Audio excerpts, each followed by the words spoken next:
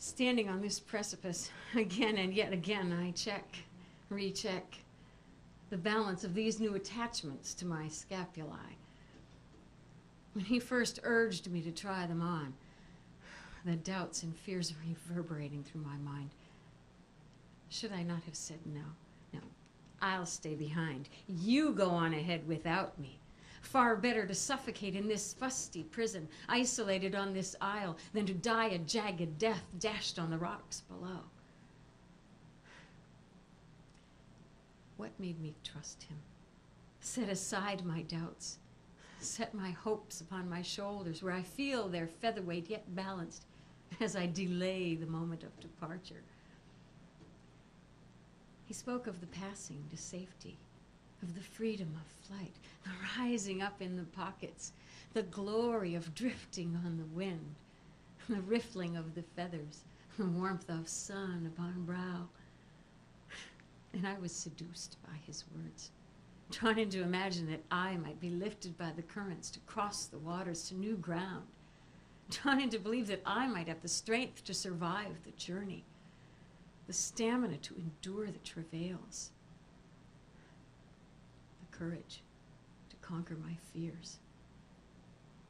And even now, as I quiver on the verge, the thought thrusts itself into my mind. Oh, please, no, leave me here. I cannot trust that nothingness. And holding that thought tightly for but a moment, I leap into the abyss. The sequel to that poem is called Well, I Leapt, but I did not fly.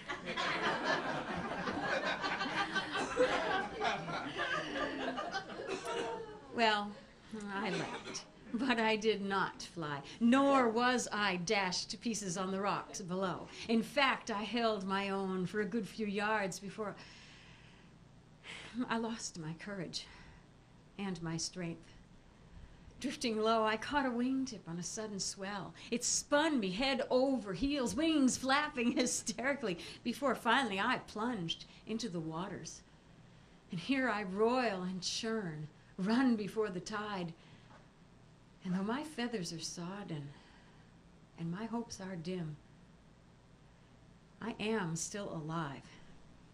And whether I will drown or whether I will be saved, it is not yet mine to know.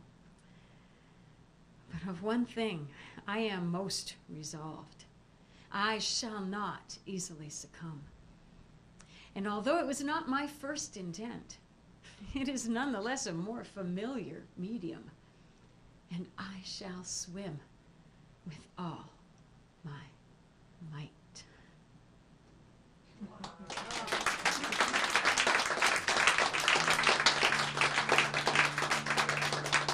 Thank you.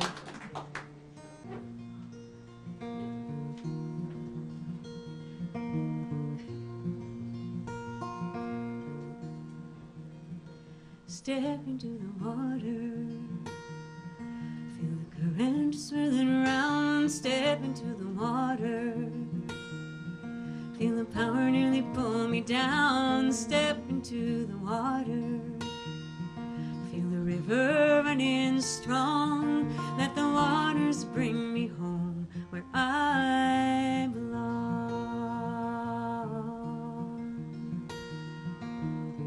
Seated on this cushion of moss neath a rhododendron tree, tucked beneath her branches in a womb of reverie. The creek flows fast and muddy, and the bed is rocky and wild, but the water calls me in. Come and join me for a while. Step into the water,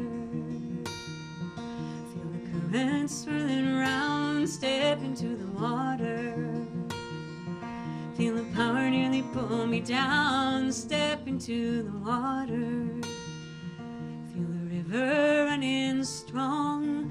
Let the waters bring me home where I belong.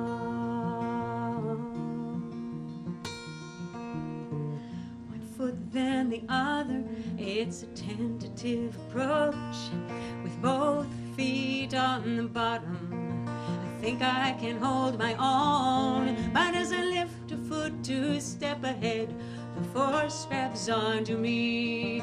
Still I'm drawn to the deep of the middle, where the current's flowing free. Step into the water, feel the current swirling round. Step into the water, feel the power nearly pull me down. Step into the water, feel the river running strong. Let the waters bring me home where I belong.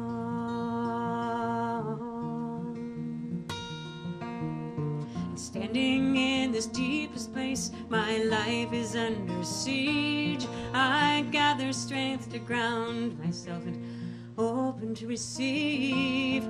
There is a power in the water, and I can take it in.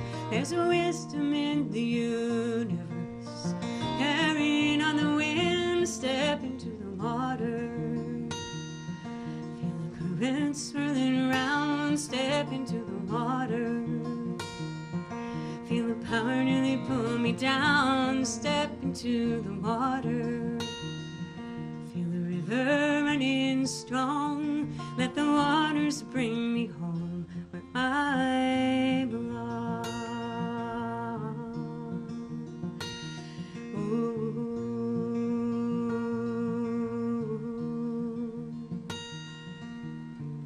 Later in a northern pond, the voice again I hear, a summons to immerse myself and swim out past my fear.